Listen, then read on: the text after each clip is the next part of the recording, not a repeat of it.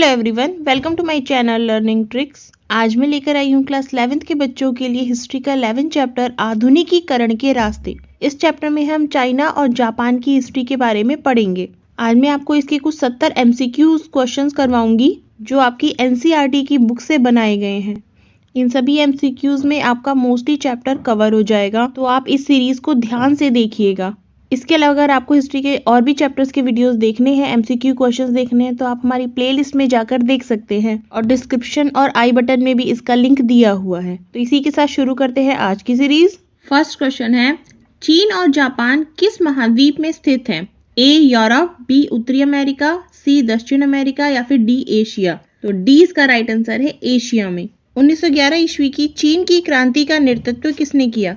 सन यात-सेन, माओ सेतुंग, Chiang Kai Shek या युवान she काई ने। तो ए इसका राइट आंसर है सन यात-सेन ने। सन यात-सेन को ही आधुनिक चीन का संस्थापक माना जाता है। अफीम का युद्ध किन दो देशों के बीच हुआ था? चीन और जापान, चीन और ब्रिटेन, चीन और जर्मनी या फिर चीन और फ्रांस। तो 20 का राइट आंसर है चाइना और ब्रिटेन के बीच में अफीम का युद्ध लड़ा गया था। 1514 ईस्वी में चीन में सर्वप्रथम कौन सी यूरोपीय शक्ति ने प्रवेश किया? स्पेन, अमेरिका, जर्मनी या फिर पुर्तगाल। तो ऑप्शन डी इसका राइट आंसर है। पुर्तगालियों ने सबसे पहले चाइना में प्रवेश किया था। इसके पास स्पेनिश वगैरह अलग अलग कंट्रीज के लोग चाइना में आने लग गए। 18वीं शताब्दी के आरंभ में यूरोपीय लोग चीन से क्या खरीदते थे? आपके ऑप्शन है रेशम, चाय या फिर चीनी मिट्टी के बर्तन या उपरोक्त सभी। तो ये जो सभी चीजें हैं वो यूरोपियंस लोग खरीदा करते थे चाइना से। तो डी ऑप्शन इज राइट। त्रिकोणीय व्यापार किन देशों के बीच होता था? ब्रिटेन, भारत और चीन, रूस, जर्मनी और भारत, इटली, फ्रांस और ऑस्ट्रेलिया या फिर अमेरिका, जापान और चाइना। तो इसका राइट आंसर है ऑप्शन ए, ब्रिटेन, भारत और चाइना। जैसे त्रिकोण है तो यहाँ पर ब्रिटेन, भारत और चाइना के बीच में व्यापार हुआ करता था। जो ब्रिटेन है वो चाइना से लिया करता था, जैसे हमने लास्ट क्वेश्चन में पढ़ा, चीनी मिट्टी के बर्तन, रेशम इत्यादि, और बदले में चांदी के रूप में इनकी भुगतान किया करता था। जापान चीन तथा भारत से क्या आयात करता था? मतलब पूछा गया है कि जापान चाइना और भारत से क्या लेता था? रेशम तथा कपड़ा, लकड़ी तथा सीमेंट, गेहूं तथा चावल या बर्तन तथा लोहा। तो ए राइट आंसर है इसका, रेशम तथा कपड़ा। जो जापान था वो चीन से रेशम और भारत से कपड़ा, ये चीजें आयात करता था। मतलब ये चीजें जापान चाइना और भारत से खरीदता था। क्वेश्चन नंबर 8 है, ताइवान चीन से कब अलग हुआ? 1949, 1950, 1952 या फिर 1960। तो ए राइट इसका आंसर है 1949 में ताइवान और चीन अलग हुए थे। कुओमिंतांग पार्टी के संस्थापक कौन थे? सन यात-सेन, माओ सेतुंग, चियांग काई शेक या फिर युआन शी काई। तो ए इसका राइट आंसर है सन यात-सेन। सन यात-सेन ने अपने उद्देश्यों की पूर्ति करने के लिए एक नई पार्टी बनाई थी जिसका नाम था कुओमिंतांग पार्टी। जापान आने वाले पहले यूरोपियन कौन थे? फ्रांसीसी, पुर्तगाली, अंग्रेज या फिर डच। तो बी राइट आंसर है इसका, पुर्तगाली। चाइना में भी सबसे पहले पुर्तगाली ही दाखिल हुए थे, जापान में भी सबसे पहले पुर्तगाली दाखिल हुए थे। यहाँ तक कि हमारे भारत में भी सबसे पहले आने वाले जो यूरोपियंस थे वो पुर्तगाली ही थे। नेक्स्ट है, प्रथम अफीम युद्ध के बाद कौन सी संधि संपन्न की गई थी? नानकिंग संधि, पेकिंग संधि, पोर्ट्समाउथ संधि या फिर एंथ्रोन संधि। तो ए इसका राइट आंसर है नानकिंग संधि। आप जानते हैं कि जो अफीम युद्ध हुआ था, जो पहला अफीम युद्ध हुआ था वो हुआ था 1839 टू 1842 के बीच में, चाइना और ब्रिटेन के बीच में। इस युद्ध में चाइना की ब्रिटेन से हार होती है और मजबूरन चाइना को ब्रिटेन की शर्तें माननी पड़ती हैं। उनके साथ एक संधि करनी पड़ती है जिसका नाम है नानकिंग संधि। ये चाइना के लिए बहुत ज्यादा अपमानजनक संधि थी। पूरी युद्ध की क्षतिपूर्ति ये सब कुछ चाइना के ऊपर लाद दिया गया था। चाइना के बहुत सारे जो प्रमुख बंदरगाह थे वो उनको ब्रिटेन को देने पड़ गए थे और चाइना के लिए बहुत ज्यादा एक बेइज्जती वाली बात थी ये संधि। युद्ध के तुरंत बाद यानी कि 1842 में ये वॉर खत्म हुआ था और 1842 में ये संधि करनी पड़ी थी चाइना को ब्रिटेन से। तो अगर आपको क्वेश्चन आता है कि नानकिंग संधि कब हुई थी तो आप बताओगे 1842 में। नेक्स्ट है, अमेरिका ने किस वर्ष जापान पर परमाणु बम गिराया? तो ये हम सब जानते हैं कि सेकेंड वर्ल्ड वॉर के समय अमेरिका ने जापान के ऊपर बम गिराए थे, ठीक है। तो ये गिराया था 1945 में। आप जानते हैं जापान के 2 शहर हिरोशिमा और नागासाकी इससे बहुत ज़्यादा क्षतिग्रस्त हो गए थे। तो आपको ये याद रखना है कि 1945 में हिरोशिमा एक शहर है जापान का, हिरोशिमा और नागासाकी 2 जगह हैं जहां पर ये बम गिराए गए थे अमेरिका के द्वारा। नेक्स्ट है, जापान की प्रमुख फसल कौन सी है? चावल, दाल, गेहूं या फिर मक्का? तो ऑप्शन ए इसका बिल्कुल सही है, चावल। आप जानते हैं कि जापान जो है वो एक आइलैंड है, छोटे छोटे टापुओं से बना एक छोटा सा देश है। तो ऐसी जगह पर पानी की प्रचुर मात्रा होती है, तो इस वजह से जापान में चावल बहुत उगाया जाता था और यही उनकी प्रमुख फसल है। उगते हुए सूर्य का देश किसे कहा जाता है? चीन, भारत, जापान या फिर फ्रांस? तो इसका राइट आंसर है option C, Japan. Japan Bharat के पूर्व दिशा में है और पूर्व दिशा से ही सूरज उगता है, तो यहाँ पे उगते हुए सूर्य का देश जापान को बोला जाता है। एदो किस शहर का पुराना नाम है? पेरिस, लंदन, टोक्यो या फिर न्यूयॉर्क? तो सी इसका राइट आंसर है, टोक्यो को कहा जाता था पहले एदो। जापान का सबसे बड़ा द्वीप कौन सा है? होन्शु, बी शिकोकू, सी क्यूशू या फिर डी होकाइडो? वैसे तो ये सारे के सारे जो है वो जापान के द्वीप हैं, लेकिन सबसे बड़ा पूछा गया है तो ऑप्शन ए बिल्कुल सही है, होन्शु। नाइतो कोनन किस देश के रहने वाले थे? जापान, कोरिया, जर्मनी या फिर भारत? तो नाइतो कोनन थे वो जापान से बिलोंग किया करते थे, लेकिन इन्होंने चाइना के इतिहास का अध्ययन किया, उसके ऊपर काम किया था। तो नाइतो कोनन इस बात के लिए जाने जाते हैं, जो थे तो एक जापानी, लेकिन उन्होंने जो काम किया, जो इतिहास लेखन में काम किया, वो चाइना पर उन्होंने बहुत ज़्यादा अध्ययन किया था। जापान का कौन सा शहर रेशम उद्योग के लिए प्रसिद्ध था? ए नागासाकी, बी निशिजन, सी हिरोशिमा या फिर डी ओसाका? तो इसका राइट आंसर है ऑप्शन बी, निशिजन। ये वो जगह है जहां से जापान रेशम का उद्योग करता था। सामुराई कौन थे? औद्योगिक मजदूर, जापान का योद्धा वर्ग, दास या फिर सम्राट? तो ये थे जापान का योद्धा वर्ग, इनको सामुराई कहा जाता था। योद्धा वर्ग जो लड़ते थे, जो सेना एक तरीके जिस तरह से सैनिक होते हैं, बचाव करते हैं, उस तरीके का वर्ग था ये सामुराई। नेक्स्ट क्वेश्चन है, तोकुगावा शासन काल में जापान के प्रत्येक क्षेत्र को किसके अधीन रखा गया था? सामुराई, शोगुन, दैम्यो या फिर मिकांडो? तो ऑप्शन सी इसका बिल्कुल राइट आंसर है, दैम्यो। दैम्यो एक प्रकार के सामंत हुआ करते थे, जिनको हम लॉर्ड कहते हैं। जो जापान में जो दैम्यो हुआ करते थे वो वही लोग हुआ करते थे। मेजी शासन काल में किसे जापान की राजधानी घोषित किया गया था? ए ओसाका, बी टोक्यो, सी क्योतो या फिर डी एदो? तो इसका राइट आंसर है बी, टोक्यो को। नेक्स्ट है, जापान में तोकुगावा शासन कब से कब तक था? 1203 ईस्वी से 1504 ईस्वी, 1603 ईस्वी से 1867 ईस्वी, 1805 ईस्वी से 1901 ईस्वी या फिर 1405 ईस्वी से 1602 ईस्वी? तो इसका राइट आंसर है ऑप्शन बी, 1603 से 1868 ईस्वी तक था ये। जो तोकुगावा परिवार है वो शोगुन पद पर थे। शोगुन हुआ करते थे वो लोग, वो परिवार हुआ करता था जो राजा के अंडर में काम किया करते थे। जैसे नाम तो राजा का हुआ करता था, लेकिन जो भी प्रशासन का मैनेजमेंट है और ये सब कुछ है वो शोगुन परिवार के लोग चलाया करते थे। एक तरीके से आप समझ सकते हो कि जो वास्तविक सत्ता थी वो शोगुनों के ही हाथ में थी। और ये जो टाइम पीरियड है 1603 ईस्वी से 1867 ईस्वी का, ये वो समय था जब तोकुगावा परिवार शोगुन पद पे था।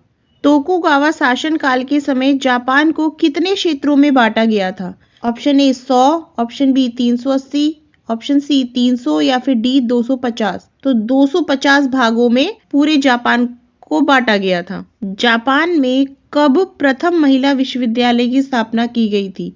1852 में, 1903 ईस्वी में, सी 1901 ईस्वी में या फिर डी 1910 ईस्वी में?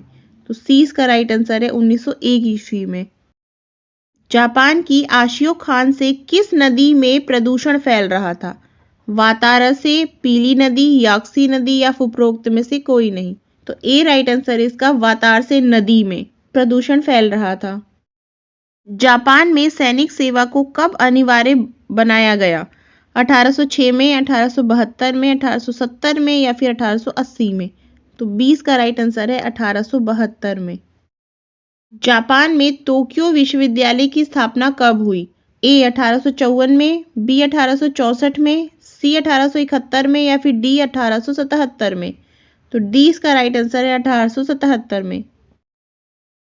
जापान ने ताइवान और कोरिया को अपने में कब मिलाया? ए 1895 और 1910 में, बी 1890 और 1905 में, सी 1870 और 1910 में या फिर डी 1855 और 1915 में?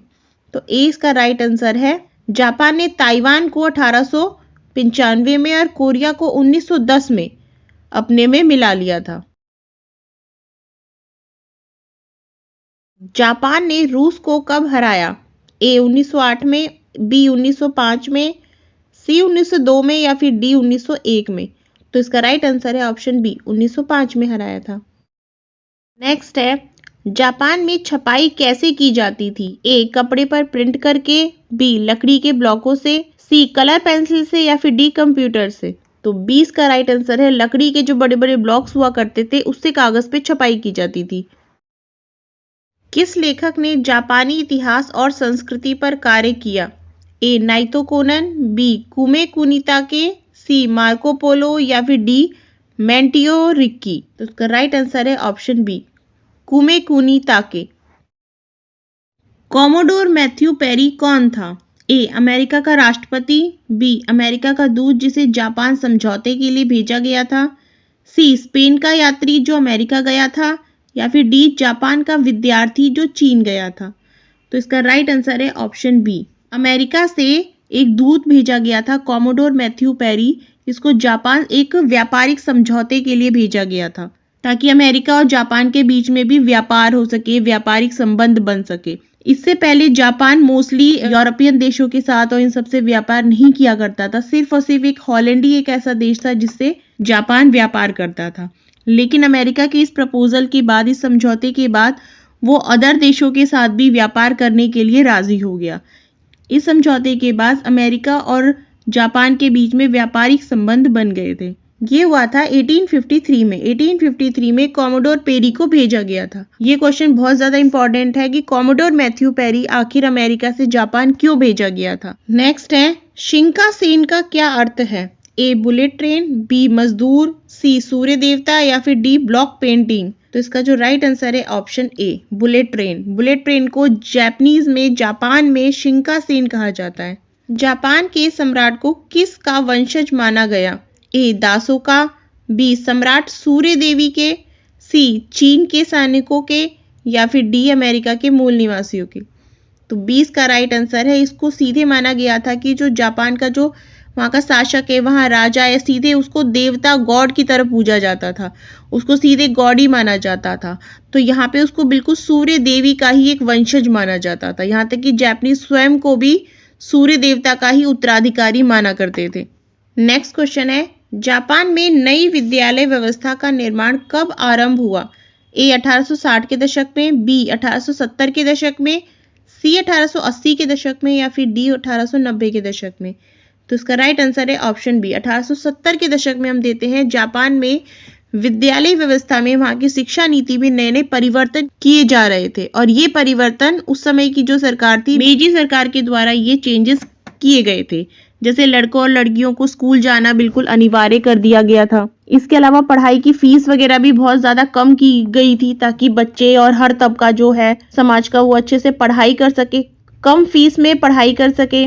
स्कूलों में जो सब्जेक्ट्स वगैरह पढ़ाए जा रहे हैं उनके पैटर्न में भी काफ़ी चेंजेस किए गए, जैसे कि नैतिक शिक्षा, बड़ों का आदर करना, माता पिता का सम्मान करना, देश के प्रति वफादार रहना, ऐसी कुछ चीज़ें भी स्कूलों में सिखाई जाती थी ताकि जो स्टूडेंट्स हैं वो सिर्फ प्रोफेशनल नॉलेज के अलावा नैतिक शिक्षा भी अपनी लाइफ में सीखें। और ये सभी काम जो है वहाँ की जो शिक्षा मंत्रालय थी वो संभालती थी। किताबों को किस तरीके से उसका चयन करना है, स्टूडेंट्स को क्या पढ़ाया जाना है, पैटर्न क्या होगा, सिलेबस क्या होगा, पाठ्यक्रम क्या होगा, ये सब शिक्षा मंत्रालय के द्वारा तैयार किया जाता था। तो कुल मिला के हम ये कह सकते हैं कि जापान की जो शिक्षा पद्धति थी वो बहुत अच्छे तरीके से मैनेज की गई थी। शायद इसी वजह से जापान अपना बहुत अच्छे तरीके से डेवलपमेंट कर पाया। ये वो समय था जब बाकी जो देश थे वो यूरोपियन कंट्री से डरे डरे रह रहे थे और उनके वो एक उपनिवेश बन गए थे। वहीं पर हम देखते हैं कि जापान एक छोटा देश होकर भी वो कभी किसी का उपनिवेश नहीं बन पाया। जापान की इन्हीं सब नीतियों ने उनको मॉडर्नाइजेशन में, आधुनिक करने में बहुत ज्यादा मदद की और उनको यूरोपीय शक्तियों से दूर रखा, बचाए रखा। नेक्स्ट है, निम्नलिखित में जापानी भाषा किन लिपियों का प्रयोग करती है? कांजी, हिरांगना, कताकना, बी एडम, बीरन या समन, सी नागरी, खग्गर या फिर डी उपरोक्त में से कोई नहीं। तो इसका राइट आंसर है ऑप्शन ए। जो जापानी भाषा है वो 3 लिपियों का यूज करती है। ठीक है, उनका नाम है कांजी, हिरांगना और कताकना। यहाँ हम देखते हैं कि जो हिरांगना और कताकना है ये 2 ध्वनात्मक वर्णमाला है, जबकि जो कांजी है वो चित्रात्मक चिन्ह है। कांजी को प्रदर्शित करने के लिए लाल कलर, हिरांगना को प्रदर्शित करने के लिए हरा कलर और कताकना को प्रदर्शित करने के लिए नीला कलर प्रयोग में लाया जाता था। इन 3 रंग से जापानी जो भाषा है वो लिखी जाती थी। इन 3 लिपियों का यूज किया जाता था। नेक्स्ट है, फुकोकू क्योहे यानी समृद्ध देश मजबूत सेना किसका नारा था? ए छिंग राजवंश का, बी मेजी सरकार का, सी कॉमोडोर पेरी का या फिर डी मजदूरों का। तो ऑप्शन बी बिल्कुल राइट है, मेजी सरकार का। जापान में जो शोगुनों को खत्म करके जो नई सरकार आई थी, जो मेजी सरकार, मेजी शासन ने जो कमांड संभाली थी, ये उनका नारा था फुकोकू क्योहे। हमें अपने देश को समृद्ध करना है और सेना को मजबूत करना है, तभी जापान विदेशी शक्तियों से बच सकता है। क्योंकि जापान बहुत ही ज्यादा छोटा देश था, ऐसे छोटे देश पर यूरोपियंस की नजर बहुत जल्दी पड़ जाती। इस वजह से जापान को ये डर सता रहा था कि हमें यूरोपियन से बचने के लिए अपने आप को मजबूत करना है। तो ये उनका नारा था कि समृद्ध देश और मजबूत सेना। अपने देश को हमें इतना मजबूत बनाना है कि जैसे एशिया के दूसरे देश, जैसे हमारा भारत या फिर चाइना, जो यूरोपियन कंट्रीज के उपनिवेश बन गए, ब्रिटेन के उपनिवेश बन गए, जापान ये हालत अपनी नहीं करना चाहता था। इस वजह से जापान अपने को समृद्ध और मजबूत करने में लगा हुआ था। इसके लिए सबसे पहले तो उसने अपनी सेना मजबूत की और उसके बाद और भी बदलाव करके जापान को इस कदर मजबूत बना दिया। नेक्स्ट क्वेश्चन है, जापान में पहली रेलवे लाइन कहाँ बिछाई गई? ए टोक्यो से योकोहामा बंदरगाह के बीच, बी टोक्यो से एदो तक, सी योकोहामा से इंजिल तक या फिर डी उपरोक्त में से कोई नहीं।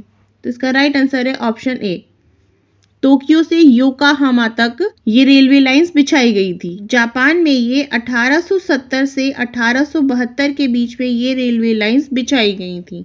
आपको याद रखना है कि ये पहली रेलवे लाइंस थी जापान की। मेजी शासन काल में कौन सी जापानी कंपनियां बहुत प्रसिद्ध थीं?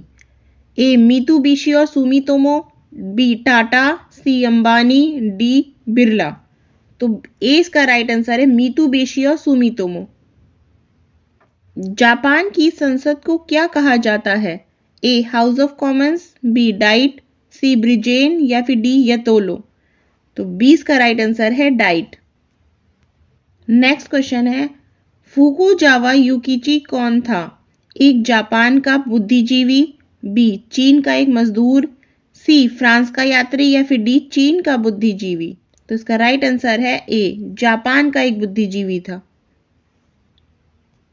जापान में पहली बार ओलंपिक कब और कहां हुए? ए 1960 में एदो में, बी 1964 में टोक्यो में, सी 1962 में टोक्यो में या फिर डी 1964 में ओसाका में। तो जो इसका राइट आंसर है ऑप्शन बी, 1964 में टोक्यो में हुए थे पहली बार ओलंपिक। नेक्स्ट क्वेश्चन है, चीन और जापान का युद्ध कब आरंभ हुआ? ए 1896 में, बी 1894 में, सी 1890 में या डी 1875 में। तो इसका राइट आंसर है ऑप्शन बी। हम देखते हैं 1894 में चाइना और जापान का युद्ध हुआ था, जिसमें जापान जीता था और चाइना हार गया था। यहाँ हम देखते हैं जापान जैसे छोटे से देश ने अपने आप को इतना मजबूत कर लिया था कि उसने चाइना जैसे इतने बड़े देश को हरा दिया था। तो ये जापान के लिए एक बहुत बड़ी उपलब्धि थी। बदले में उसने चाइना के बहुत सारे प्रांत भी अपने में मिला लिए थे। तो यहाँ पर हम देखते हैं किस तरीके से जापान ने अपनी नीतियों से, अपनी पॉलिसीज से अपने आप को कितना मजबूत कर लिया था। किस नदी को चीन का दुख कहा जाता है? ए याक्सी नदी, बी पीली नदी, सी पर्ल नदी या फिर डी वातारसे नदी। तो इसका राइट आंसर है ऑप्शन बी पीली नदी। पीली नदी चाइना के लिए एक दुख का कारण है। वो इस वजह से क्योंकि इस नदी में हर साल बाढ़ वगैरह आते हैं और बाढ़ आने से वहां की जो चीन के जो लोग हैं उनको इससे बहुत ज्यादा प्रॉब्लम होती है। इसलिए हम देखते हैं कि पीली नदी चाइना वालों के लिए एक दुख का कारण हमेशा रही है। इस पीली नदी को जो चाइना में हम हुआंग हे भी कहा जाता है। ठीक है, तो ये नाम भी आपको याद रखना है। नेक्स्ट क्वेश्चन है 19वीं सदी के शुरुआत में चीन में किस राजवंश का शासन था। आपसे पूछा जा रहा है चाइना में शुरुआत में किसका शासन था। कगुन शासन, बी सिंग राजवंश, सी छिंग राजवंश या फिर डी कोरी राजवंश। तो सी इसका राइट आंसर है छिंग राजवंश। इसी की समाप्ति के बाद फिर सन यात सेन ने अपनी पॉलिसीज वगैरह लागू की थी। चीन की प्रमुख भाषा क्या है। चीनी या पुतोंग गहुआ, बी मंजूरी, सी वोगस्ट या डी मांजू। तो ए इसका राइट आंसर है चीनी या पुतोंग गहुआ। चीन के प्रमुख जातीय समूह का नाम क्या है। ए मांचू, बी उइघुर, सी हान या फिर डी हुई। वैसे तो ये सारी की सारी चीन के जातीय समूह है, लेकिन जो सबसे प्रमुख अगर पूछा जाए तो वो है ऑप्शन सी हान। नेक्स्ट क्वेश्चन है 100 दिन में सुधार का संबंध किस देश से है। जापान, चीन, जर्मनी या फिर पुर्तगाल। तो इसका राइट आंसर है ऑप्शन बी। ये छिंग राजवंश द्वारा चाइना में लेकर आया गया था, लेकिन ये असफल हो गया था। चीन के सबसे प्रसिद्ध व्यंजन डिम सम दिल का छूना कहाँ मिलता है। ए पीकिंग, बी कैंटन, सी बीजिंग या फिर डी शेचुआ। तो इसका राइट आंसर है ऑप्शन बी कैंटन। देखो चीन का एक प्रसिद्ध स्पेशल उसकी डिश है, उसका नाम है डिम सम। डिम सम जिसको टचिंग हार्ट बोला जाता है, यानी कि दिल का छूना। ये वहां की सबसे ज्यादा स्पेशल डिश है। इसको कैसे बनाया जाता है। इसको आटे को गूंथ करके उसके अंदर सब्जियां डाल करके उसको पानी में स्टीम किया जाता है, उसे उबाला जाता है, उसके बाद उसको खाया जाता है। जैसे आप समझ लो मोमोज होते हैं, मोमोज में क्या किया जाता है, सब्जियां भर के फिर उसको स्टीम करके खाया जाता है। तो यही समझ लीजिए कुछ मोमोज की तरह का ही दिखता है। ये पूरी तरीके से ये नहीं कह सकते मोमोज होता है, लेकिन मोमोज की तरह ही ये बनाया जाता था स्टीम करके सब्जियां भर के, और इसको ऐसे ही खाया जाता है। और ये चाइना की सबसे स्पेशल डिश है। इसको touch to heart, touching heart भी कहा जाता है, यानी कि दिल को छूना। और ये कैंटन में स्पेशली रूप से मिलता है। बॉक्सर विद्रोह किस देश में हुआ। ए चीन, बी फ्रांस, सी जापान या फिर डी रूस। तो इसका राइट आंसर है ऑप्शन ए चीन में हुआ था। मांचू साम्राज्य का अंत कब हुआ। ए 1911, बी 1912, सी 1915 या फिर डी 1917। तो इसका राइट आंसर है 1911। मांचू साम्राज्य को खत्म करने के बाद ही सन यात सेन ने 1911 में अपनी जो कोमिटंग पार्टी थी वो उसकी शुरुआत की थी, और चाइना में बहुत सारे परिवर्तन हुए थे उसके थ्रू। सन यात सेन ने कितने सिद्धांतों का प्रचलन किया था। हमने लास्ट क्वेश्चन में पढ़ा कि 1911 में किस तरीके से मांचू वंश को खत्म करके सन यात सेन जो है उन्होंने चीन में अपना स्टैब्लिशमेंट किया। ठीक है, लेकिन उनके जो प्रिंसिपल्स थे, उनके कुछ सिद्धांत थे, वो कितने थे ये पूछा गया है। यहाँ पे ऑप्शंस हैं 4, ऑप्शन बी 2, ऑप्शन सी 5 या फिर ऑप्शन डी 3। सन यात सेन ने 3 प्रिंसिपल थे जिनके आधार पर उन्होंने अपनी पार्टी गठित की, और यही उनको चाइना को आगे बढ़ाने के लिए वो इन्हीं सिद्धांतों पर काम करते थे। सन यात सेन के 3 सिद्धांत सन मिंग चुई का क्या अर्थ है। ए पूंजीवाद साम्राज्यवाद राष्ट्रवाद, बी साम्यवाद पूंजीवाद उदारवाद, सी उदारवाद समाजवाद पूंजीवाद या फिर डी राष्ट्रवाद गणतंत्रवाद और समाजवाद। तो यहाँ पे डी इसका राइट आंसर है। ये उनके सन यात सेन के 3 प्रिंसिपल्स थे जिनको चाइना में सन मिंग चुई के नाम से जाना जाता था। नेक्स्ट है सन यात सेन ने अपनी पार्टी की विचारधारा में किन जरूरतों को प्रमुख कहा। ए कपड़ा, बी खाना, सी घर और परिवहन या फिर डी उपरोक्त सभी। तो ये सारे ही जो चीजें हैं उनको सन यात सेन ने एक व्यक्ति के लिए मूलभूत आवश्यकताएं समझी। ठीक है, तो ऑप्शन डी हमारा बिल्कुल राइट है। मनुष्य की जो मूलभूत आवश्यकताएं हैं वो हम मानते हैं कि क्या है, रोटी, कपड़ा और मकान। लेकिन यहाँ पे इन्होंने एक चौथी चीज भी जोड़ दी है सन यात सेन ने, वो है परिवहन। तो इस तरीके से जो 4 चीजें हैं वो sun Yat-sen ने मनुष्य के जीवन में मूलभूत आवश्यकताएं कही हैं। तो ऑप्शन डी सही है। 1890 के दशक में चीनी विद्यार्थी शिक्षा ग्रहण करने कहाँ गए? ए रूस, बी जर्मनी, सी जापान या फिर डी अमेरिका। तो इसका जो राइट आंसर है ऑप्शन सी जापान। चाइना और जापान के जो लोग हैं इनकी जो लैंग्वेज वगैरह है ये काफी कुछ मिलती थी, तो पढ़ने में एक दूसरे की लैंग्वेज समझने में इनको आसानी हुआ करती थी। तो ज्यादातर ये देखा गया है कि एक दूसरे के देश में ये अपने विद्यार्थियों को पढ़ने के लिए भेजा करते थे। दी टेल ऑफ द गेंजी किसकी रचना है? ए मुरासाकी शिकुबी, बी ऑस्ट्रियोमैन, बी मार्को पोलो या फिर डी नाइतो। तो इसका राइट आंसर है ऑप्शन ए मुरासाकी शिकुबी। नेक्स्ट क्वेश्चन है कुओमिंतांग दल का अन्य नाम क्या है? ए नेशनल पीपुल्स पार्टी, बी साम्राज्यवादी पार्टी, सी उदारवादी पार्टी या फिर डी पूंजीवादी पार्टी। तो ए इसका राइट आंसर है बिल्कुल नेशनल पीपुल्स पार्टी है कुओमिंतांग का ही दूसरा नाम। कुओमिंतांग पार्टी का जो गठन है वो किसने किया था? sun Yat-sen ने। नेक्स्ट है sun Yat-sen की मृत्यु के बाद कुओमिंतांग का नेता कौन बना? ए माओ, बी चियांग काई शेक, सी शो तोफेन या फिर डी पिंजो। तो 20 का राइट आंसर है चियांग काई शेक कुओमिंतांग का दूसरा नेता बना था sun Yat-sen के मरने के बाद।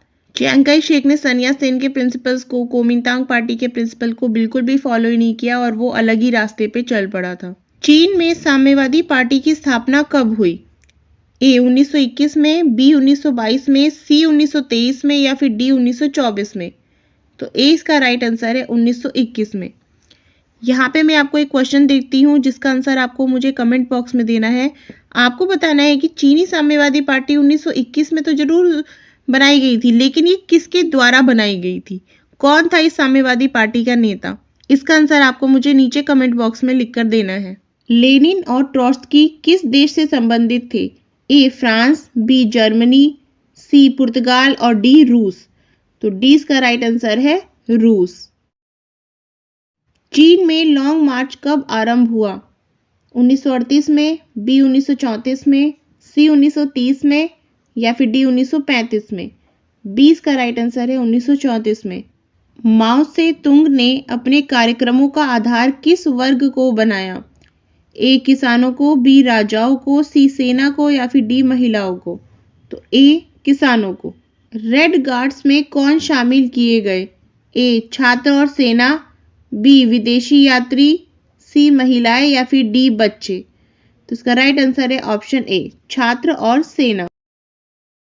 छात्र और सेना के द्वारा ये रेड गार्ड्स तैयार किए गए थे। पीपल्स कम्यून क्या था? ए चीन के ऐसे क्षेत्र जहां लोग इकट्ठे जमीन के मालिक थे वह मिलजुल कर खेती करते थे। बी विदेशी यात्री जो चीन घूमने आए, सी चीन के बुद्धिजीवी जिन्होंने चीन पर रचनाएं लिखी या फिर डी जापान की बड़ी व्यापारिक कंपनियां। तो इसका राइट आंसर है option A. Peoples commune China के वो क्षेत्र हुआ करते थे जहां पर लोग इकट्ठे होकर जमीन पर खेती किया करते थे। सब अपने परिवार के साथ मिलकर वहां पर खेती किया करते थे और जो भी प्रॉफिट होता था वो उनका हुआ करता था। वहां कोई मालिक या नौकर नहीं हुआ करता था। सब लोग मिलजुल कर खेती किया करते थे और वो उस जमीन के इकट्ठे मालिक थे। वो कोई एक व्यक्ति के नाम पर नहीं हुआ करता था। मतलब जो भी परिवार या फिर जो भी लोग उस पे मिलजुल कर खेती किया करते थे वही उसके मालिक हुआ करते थे। उससे जो भी प्रॉफिट होता था वो उन्हीं में आपस में बांट दिया जाता था। तो पीपुल्स कम्यून ऐसे क्षेत्र को कहा जाता था जहां पे लोग मिलजुल कर खेती कर रहे हैं और वही उसके मालिक है जो काम कर रहे हैं। नेक्स्ट है चीन की मुद्रा का नाम बताइए। रुपया, बी डॉलर, सी युआन या फिर डी येन। तो चीन की जो मुद्रा है वो है युआन। जैसे भारत की जो मुद्रा है वो रुपया है, उसी तरीके से जो चाइना की मुद्रा है वो है युआन। और अगर आपसे जापान की मुद्रा पूछा जाता है तो जो येन है ये है जापान की मुद्रा, वहां की ये करेंसी है। ओके, जापान में येन चलती है। तो ये आपको चाइना और जापान की मुद्राएं याद रखनी है। चियांग काई शेक भागकर किस देश चला गया? A Africa, B Taiwan, C Japan या फिर डी ऑस्ट्रेलिया। तो 20 का राइट आंसर है ताइवान। जब चीनी साम्यवादी दल ने 1949 में चियांग काई शेक को हरा दिया तब चियांग काई शेक ताइवान भाग गया था, जहां पर 1975 में इसकी मृत्यु हो गई थी। परीक्षा प्रणाली का विकास कहाँ हुआ? ए जापान, बी चीन, सी रूस या फिर डी जर्मनी। तो ऑप्शन बी जो है वो इसका राइट है, चीन में। कोरिया को 1910 में किस देश ने अपना उपनिवेश बनाया? ऑप्शन ए जापान ने, बी पुर्तगाल ने, सी ब्रिटेन ने या फिर डी चीन ने। तो ए इसका राइट आंसर है, जापान ने उसको अपना उपनिवेश बनाया था। कोरिया का विभाजन कब स्थायी बन गया? ए 1950 में, बी 1948 में, सी 1940 में या फिर डी 1949 में। तो इसका राइट आंसर है 1948 में, ऑप्शन बी। और आज का हमारा लास्ट क्वेश्चन है, दक्षिण कोरिया के पहले राष्ट्रपति कौन थे? ए सिंगमैन री, बी सिंगल, सी एंड्रोस्ट्राल, डी माओ। तो ए इसका राइट आंसर है, सिंगमैन री। तो इसी के साथ आज के एमसीक्यू सीरीज खत्म होती है। अगर आपको ये वीडियो अच्छा लगा तो इसको लाइक कर देना और चैनल को सब्सक्राइब कर देना और अपने दोस्तों के साथ भी ज़रूर शेयर कर देना। इसके अलावा अगर आपको हमारे हिस्ट्री के सभी चैप्टर्स के वीडियोस देखने हैं, एमसीक्यू वीडियोस देखने हैं, तो आप हमारी प्लेलिस्ट और डिस्क्रिप्शन बॉक्स में जाकर देख सकते हैं। वहाँ मैंने इसके लिंक दे रखे हैं। मैं आपके लिए ऐसे ही क्वेश्चंस लेकर आती रहूँगी। तो आज के लिए इतना ही। इसके साथ मैं मिलती हूँ अपने नेक्स्ट वीडियो में। तब तक के लिए गुड बाय।